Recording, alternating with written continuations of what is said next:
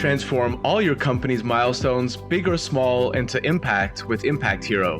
Whether it's a sale, a new hire, a demo booked, or anything else, with Impact Hero, you automatically generate a gift that matters, like a tree planted, a kilo of plastic recovered, or a piece of coral reef restored.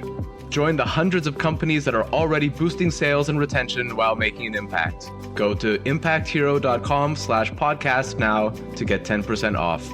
Again, that's impacthero.com/podcast to get 10% off.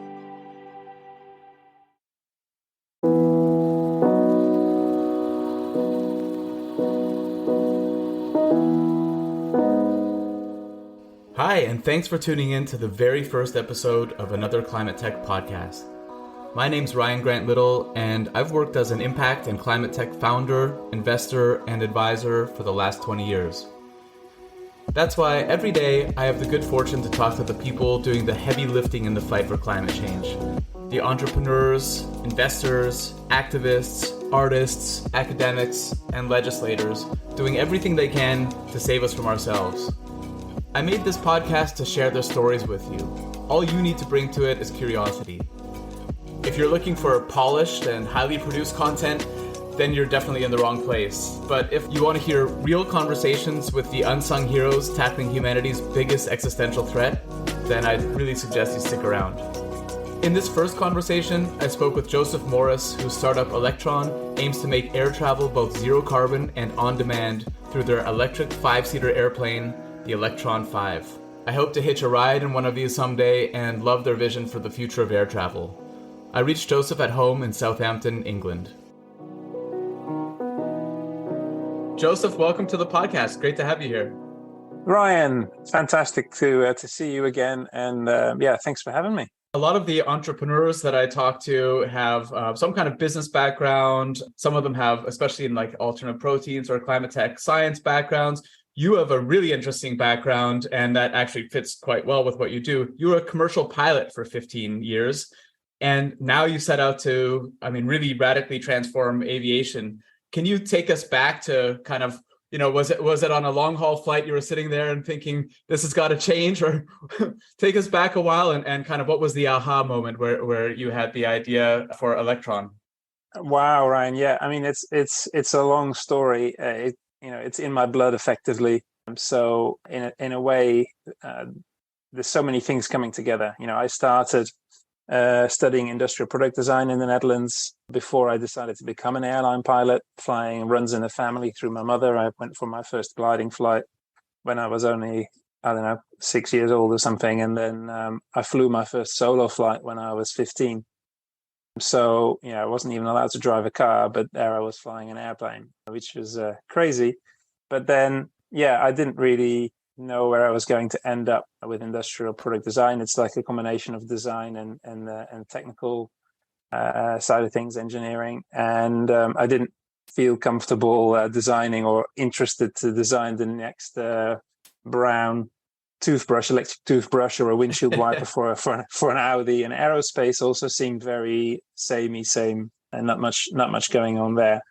Whereas having been an airline pilot for 15 years, things are definitely changing at the moment in aerospace. And so I've actually come full circle and gone back to my roots of design, but now informed of what actually happens on a day-to-day basis at a regional airline.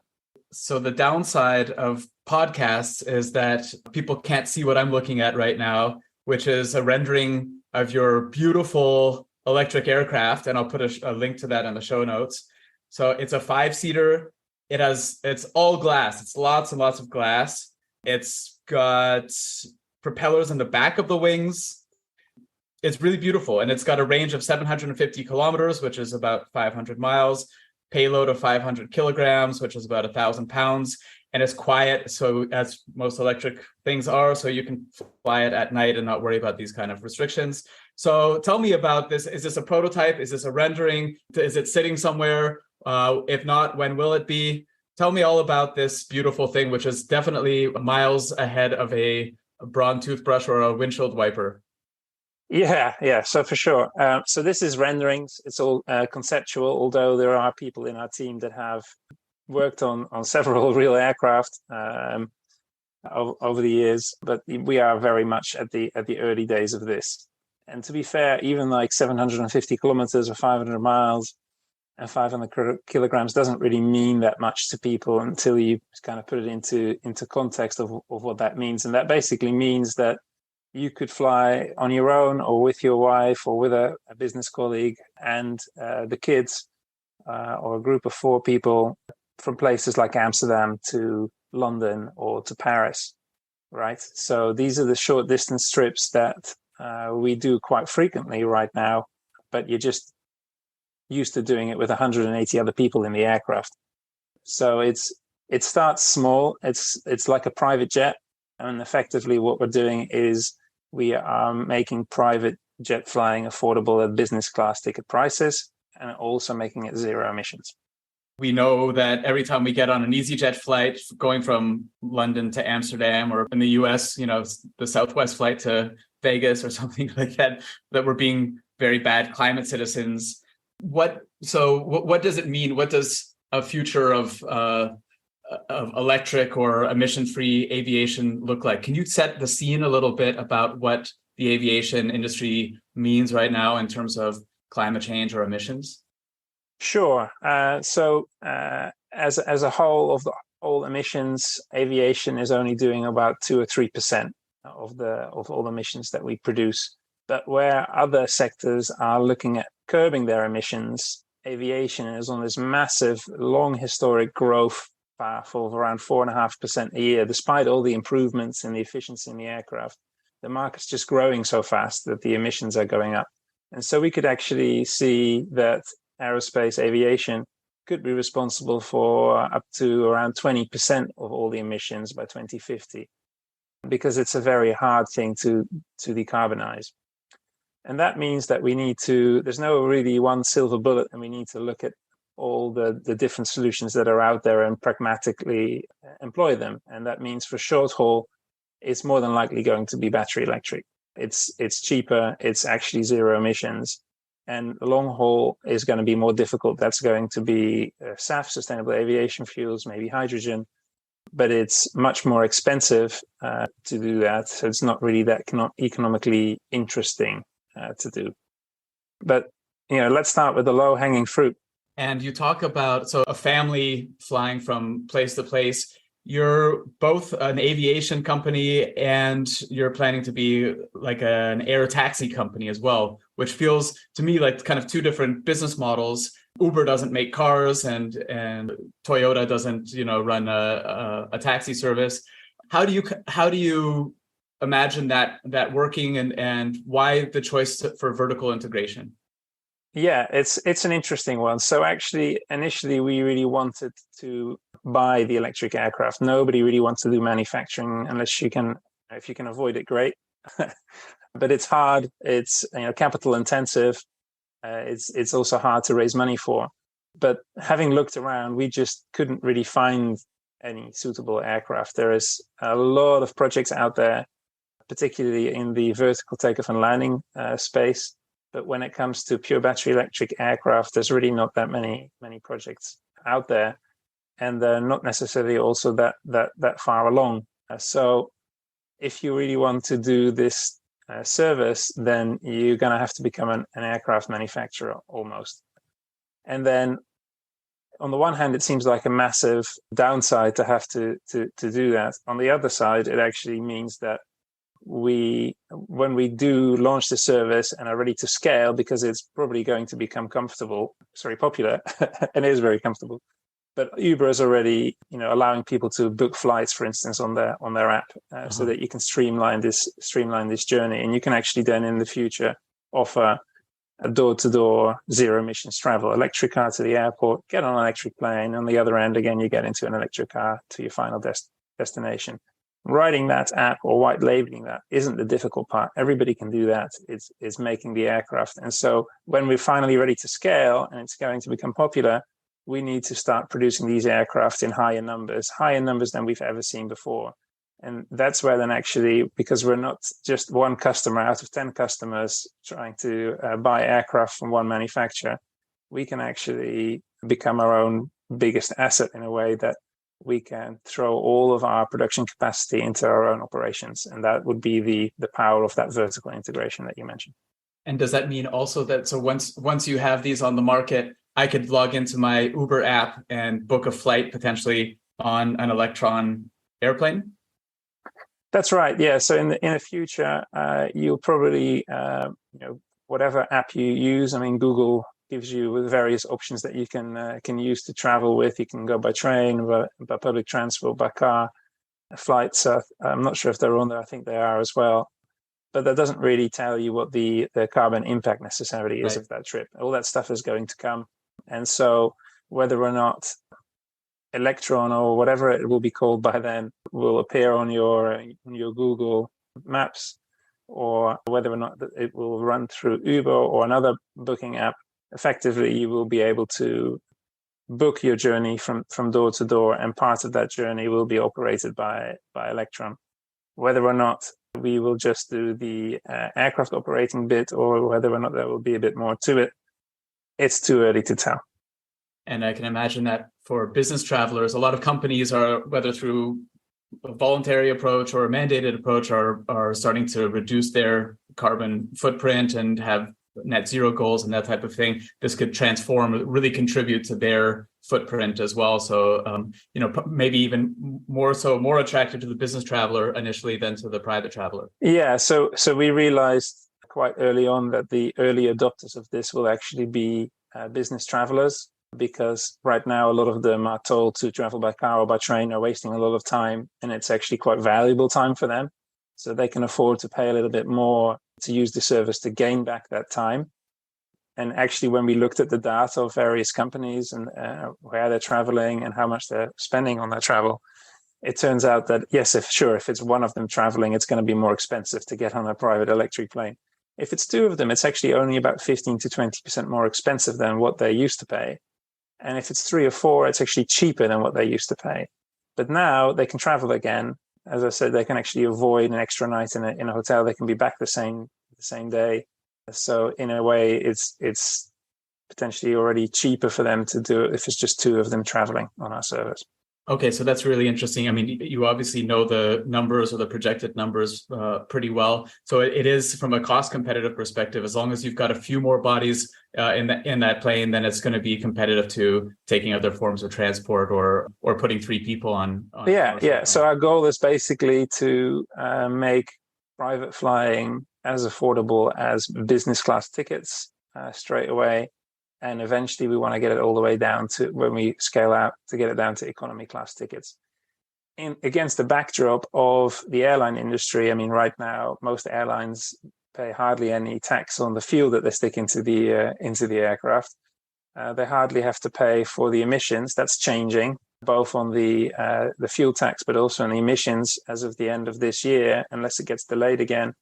Any airline that's flying into and out of Europe, even if they're actually also flying outside of Europe, will have to pay that 100-ish euro price per ton of CO2 that they emit. That did not used to be the case. Right now, most airlines are paying far, far less than that.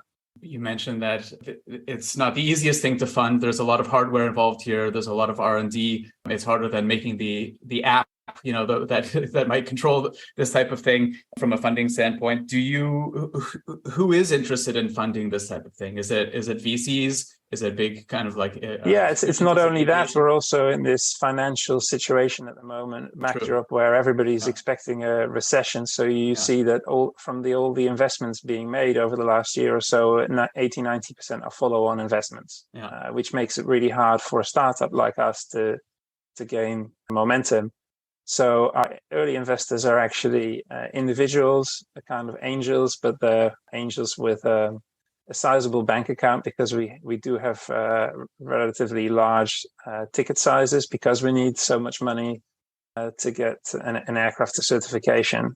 And we also don't want to end up with hundreds of thousands of people on our cap table, because that would also make us uninvestable at a later stage.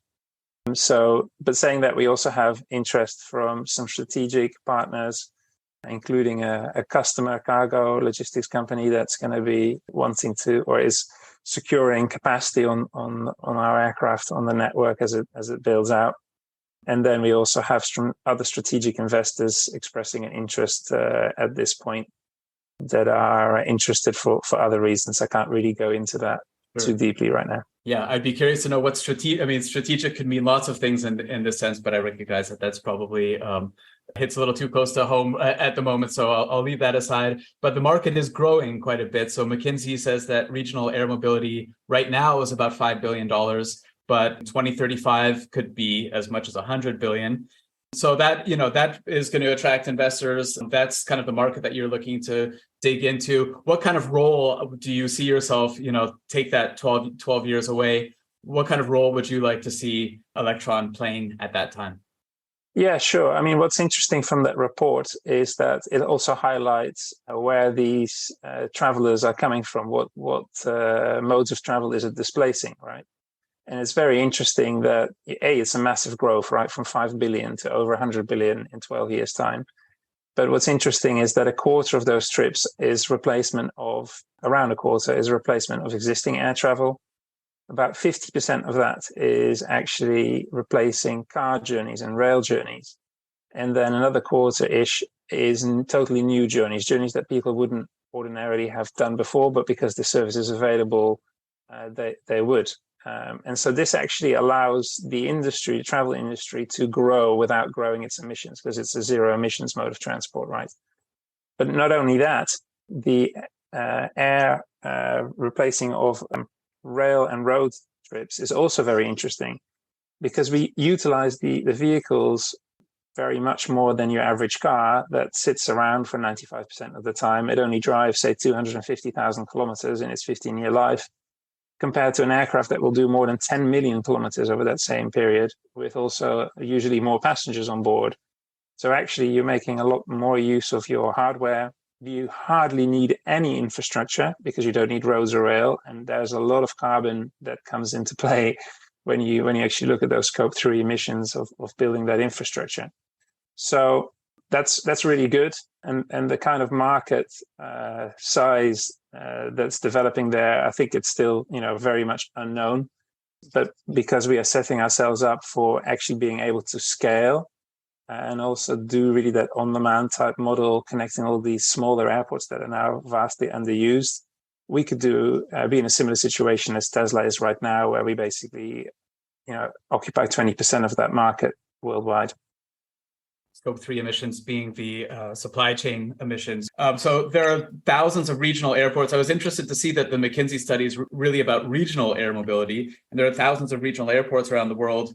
You're based in the Netherlands. You've chosen Groningen, if I pronounce that correctly, as the first hub. Dutch is always so hard. And looking at Twente also in 2027. So can you talk a little bit about the dynamics of, why are you targeting regional airports? What advantages, what challenges? Yeah. So first of all, I mean, I live in Southampton at the moment in the UK, whereas my family actually lives in the Netherlands. And so the trips that I used to do for work as an airline pilot used to be those flights of 45 minutes to maybe an hour and a half, connecting places like London and Southampton to Amsterdam, Paris, and so forth.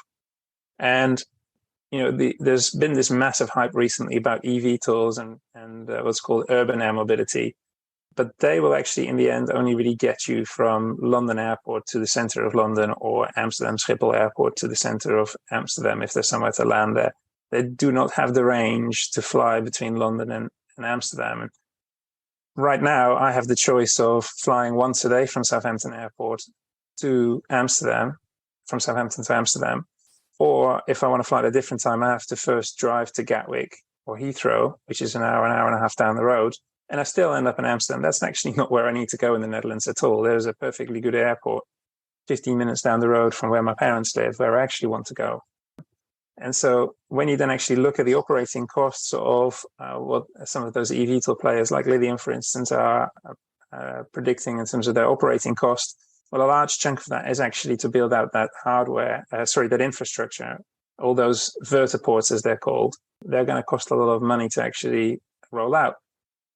We have so many airports worldwide that we hardly use. So there's a report out in the US from NASA called Regional Air Mobility, which highlights that 70% of passengers travel through only 0.6% of the airports.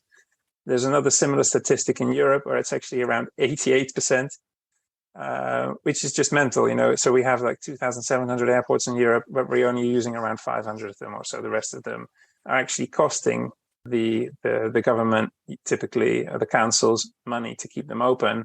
And you have a lot of people saying, well, let's close them, let's build some houses there. There's also noise pollution, all that sort of stuff. So now actually we're looking into a future where those airports actually could connect those regions much better into Europe, and actually could start contributing money to the local environment there. And on the noise front, these battery electric aircraft are so quiet. They really won't actually cause noise to the point that the people that live around those airports would be hindered by that noise. I could see how, leaving aside even the electric aspect, just the asset utilization of these regional airports. I mean, the biggest disruption that we've seen kind of in our lifetimes, probably in the airline industry, is the flagship carriers being kind of undercut on price and even on routes in a lot of cases by the low-cost airlines, the Southwests and the EasyJets. And they largely did this by competing on asset utilization. So keeping the planes up in the air, turning them around really quickly, direct routes only, basically. And now what you're talking about right now is an opportunity where the regional airports are massively underused, and treating these as underused assets that we need to get, not in the air in this case, but being landed at a much higher rate. Yeah, so basically those airports are going to become energy hubs, and also where basically this multimodal transport comes into play. You can arrive there by train, you can arrive there by an electric car or an electric Uber. If the airport's much closer to where you actually are coming from or going to, it's probably cheaper to get an Uber, and even better if it's an electric one, than paying for the car parking of parking your own private car that then sits around, does nothing at the airport. So this is really rethinking how that mobility is going to work. You can actually produce a lot of the electricity at those airports, and that's one of the reasons why we chose to start with Groningen and Twente. Groningen already has a 22 megawatt solar panel installation at the airport. There's room to build more, but that is so much electricity being produced there. We could have 25 airplanes based there and fly something like 1.5 million passengers a year, and still only be consuming a quarter of the energy that's being produced there. And that's now actually already one of the smaller ones. There's some other airports in Europe and in the States that have solar panel installations that are 5-6 times the size of that. So yeah, really think about them as energy hubs in the future, and they are effectively also going to become worth a bit more money, shall we say. You mentioned Lilium, which is a vertical takeoff and landing electric aircraft coming from Munich. Who else is working on this problem, and do you have any direct competitors at the moment? When you actually look at the market, and we have some third-party reports, there's, say, 400 projects out there. 300 of them are in that vertical takeoff and landing space, which is a totally different market segment because of the range. Then the other 100, basically, you can subdivide those into some hydrogen projects, which are typically also bigger aircraft. And then there's hybrid, although it offers, in theory, also a slightly bigger range, it doesn't really give you that operating cost reduction, because now you have 2 drive systems to maintain instead of one that has much less maintenance requirements, which is the battery electric one. And then the other one is basically, or what you're left with basically, is a small number of projects, and they all are building completely different size aircraft. So there's quite a few bigger ones, like Hart Aerospace building a 30-seater, and MEVE building a 44-seater, which is more like replacing the existing bigger aircraft that airlines use for these high-density routes. And then on the other hand, you have like training aircraft, like the Pipistrel is the first aircraft that's EASA certified, and that allows you to do some parts of the pilot training program, maybe 30%. It doesn't quite have the duration that you would need, and there's more of those aircraft coming to market. But where we come in is actually we're the only twin-engine battery electric aircraft of this size, as far as we can see, that's in development.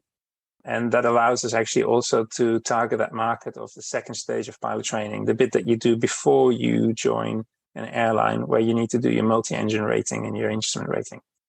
So that's one of the 4 markets that we're selling the aircraft into. Initially, we're predominantly selling the aircraft to de-risk the business to existing markets. And then later, we also want to operate those aircraft ourselves.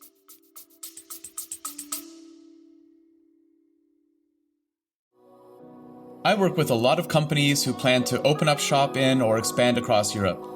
My one big piece of advice: don't fall into the trap of setting up a new entity right away.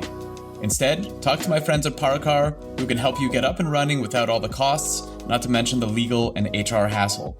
When I was hiring in different EU countries, I wanted my team to focus on their work, not on the country's bureaucracy.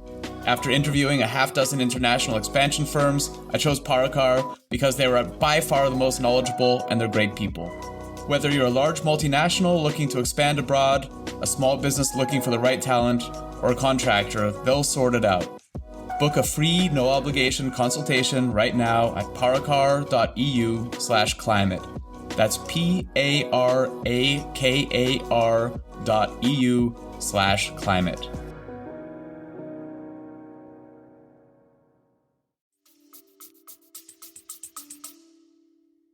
Do you imagine selling these aircraft also to private individuals, high net worth individuals? Yeah, we have a couple of investors that also want an aircraft themselves. And recently we were at EBACE, European Business Aviation Conference in Geneva, where we did attract actually quite a lot of attention. It seems to be a really hot topic there. And of course, the range of the aircraft, the size of it, cost of it, is just a really interesting business proposal for a lot of people that are looking at this for their own private transport. One of the interesting partnerships that you've developed is with Travis Ludlow, who is 18 now, but was the youngest person to fly around the world a couple of years ago in 2021. And he's going to fly your prototype or your first aircraft around the world next year. Can you tell us a bit about that? Yeah, so Travis, it's really important also to get the youth engaged with this. This is effectively for their future. I turned 40 less than a week ago, so I'm starting to feel starting to feel a bit older. When I'm thinking about Travis, when he was doing this trip around the world, age 19, it's just a incredible achievement. And Travis is now studying also in the US on electric aircraft. In fact, he's really enthusiastic about the subject, and it's really important that we get those younger people involved. He'll be joining us at the Paris Air Show in a couple of days' time, where we will be part of the Dutch Pavilion, and he should be coming with us also to our own private event, which we have later this month at our hangar in Teugen. And so, to spread this message of actually with battery electric aircraft, you can do commercially viable things, and also you can connect. You can get basically anywhere in the world. If you can fly around the world, you can probably get pretty much anywhere in the world with these battery electric aircraft. And it's also safe, because a lot of people, unless you're already a part of the 1% club and fly in your private aircraft, are more used to these bigger aircraft with 180 other people, and it might take a little bit of persuasion to get them into a smaller aircraft. So if you can fly around the world in it, it's probably safe enough to fly from Southampton to Birmingham, or from London to Paris, or Paris to Geneva in one. Yeah. As an entrepreneur, you probably look at some other people who are beating the odds out there. Do you have a personal hero in the entrepreneurship space, or actually in anywhere? Yeah, so this is a question that has a bit of a divisive answer to it, because a lot of people like this person, but also a lot of people don't like this person. And it's got to do also a lot with the way that the media looks at it, whichever way you look at it, you can't really deny that he's had a massive impact. And that is Elon Musk. Long pregnant pause. Okay, that's fair. I mean, you're in aviation. Yeah. So, looking at Tesla, and we do also learn a lot from Tesla. Being fair, Elon wasn't there at the very start of Tesla. It started before Elon came on board. But there's a lot of lessons to be learned from Tesla. And if you look at where Tesla is now, they're doing doing really, really well. And then, SpaceX is also another incredible company. So to be basically at the helm of two such innovative, fast scaling companies, it's impressive. There's a famous quote from Richard Branson. Someone once asked him, "How do you become a millionaire?" And he said, "Start as a billionaire and buy an airline." Yeah, it's very true. I mean, actually, aviation these days, it's quite stable. You need a high utilization rate, and then when everything's going well, you have like 80-90% occupancy. You make a 2 or 3% profit margin compared to aerospace that's running at around 35% profit margin. I was just looking for a way to make a joke about Twitter. Well, yeah, so definitely, yeah, that's the way forward to make yourself poor in a fast space of time.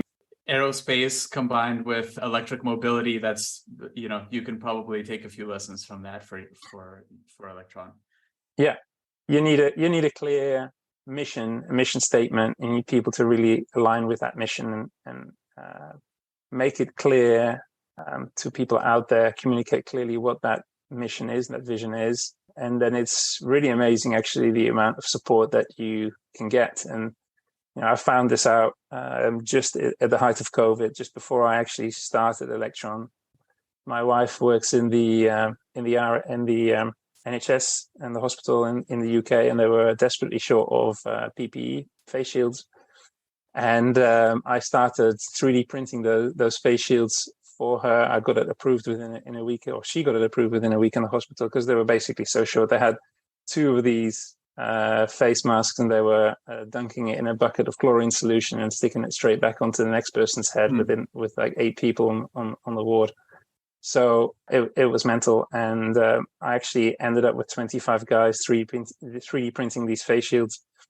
And I made a design which was stackable. So instead of printing one every 4 hours, you could print 30 in 7 or 8 hours.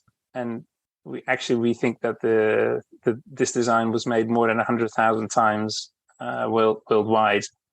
It really was exponential. We had a company making an injection mold, but the really critical time was those first few weeks when they had basically nothing. And the normal supply chain takes like 6 months to catch up with that normally. And so we tried to basically overnight do this and scale it. And when there's this common goal of doing something, and I think really since COVID, people are aware much more of what the situation is with climate change. It's gaining much more momentum, and we really are out of time. We really need to get going. And so for me to actually be able to take aviation, which is viewed quite negatively normally by a lot of people because it produces a lot of emissions, to actually becoming a bit of a hero, because you could actually decarbonize also road transport much quicker than you can building cars, for instance. We have 1.5 billion cars in the world. And if you were to, replace those at 20 million a year, it's going to take quite a few years before we replace all of them, right? And so there are actually only around 30,000 commercial aircraft in the world. And then there's another 20 or 30,000 private aircraft out there. It's really not that many. And so if we can actually not only make those zero emissions, but also just accelerate this whole transition to sustainability, then that's amazing. I never thought of it in those numbers and thinking of the replacement rate. That makes a lot of sense. And also it's the flip side of the asset utilization, right? So if a car is only being driven a couple of hours a day and a plane's in the air all the time, then the flip side of that is that the impact you can make by electrifying it is much higher as well. It's in a way, actually, aviation is one of the best forms of shared mobility, right? Because there's not that many people that own their own aircraft, whereas most people own their own car. And so we really do utilize that asset much more in aviation.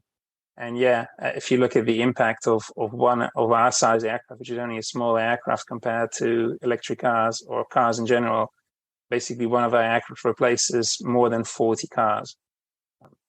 So, and then another level on top of that is like the battery materials. So we are short on battery materials. Initially, the limiting factor for Tesla was batteries. now shifted to battery materials. But if you lock those battery materials up into a car for 15 years, it's probably not the best use of those battery materials. Or actually, yes, we have to replace the batteries every 2 years or so in an aircraft, but actually we can give those batteries a second life as buffers battery packs on the ground, and then we can recycle the materials. Like more than 90% of the materials we can recycle in there and give them another cycle. And so for the same sort of ton of battery materials that you dig up out of the ground, actually in an electric aircraft, you can do up to 100 times more passenger kilometers than you can do with an electric car in that time.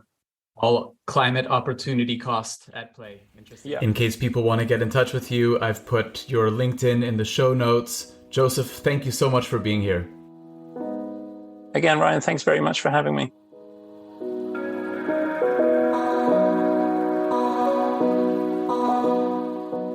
Thanks for listening to another Climate Tech podcast. Please take 5 seconds to send this episode link to a colleague or friend who you think might be interested. Reach out to me anytime at hello@climatetechpod.com. As you can probably tell, this episode was produced, edited, directed, stage managed, boom operated, and everything else by me. Subscribe to hear many more conversations still to come with the world's real climate tech heroes.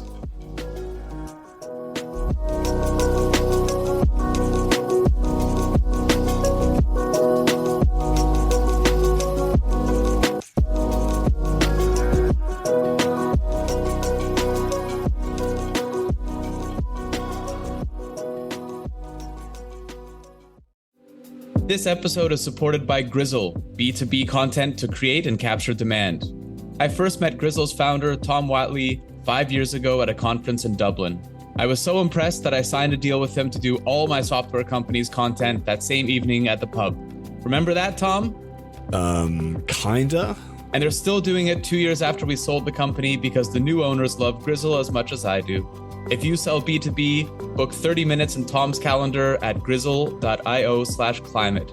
That's GRIZZLE.io/climate.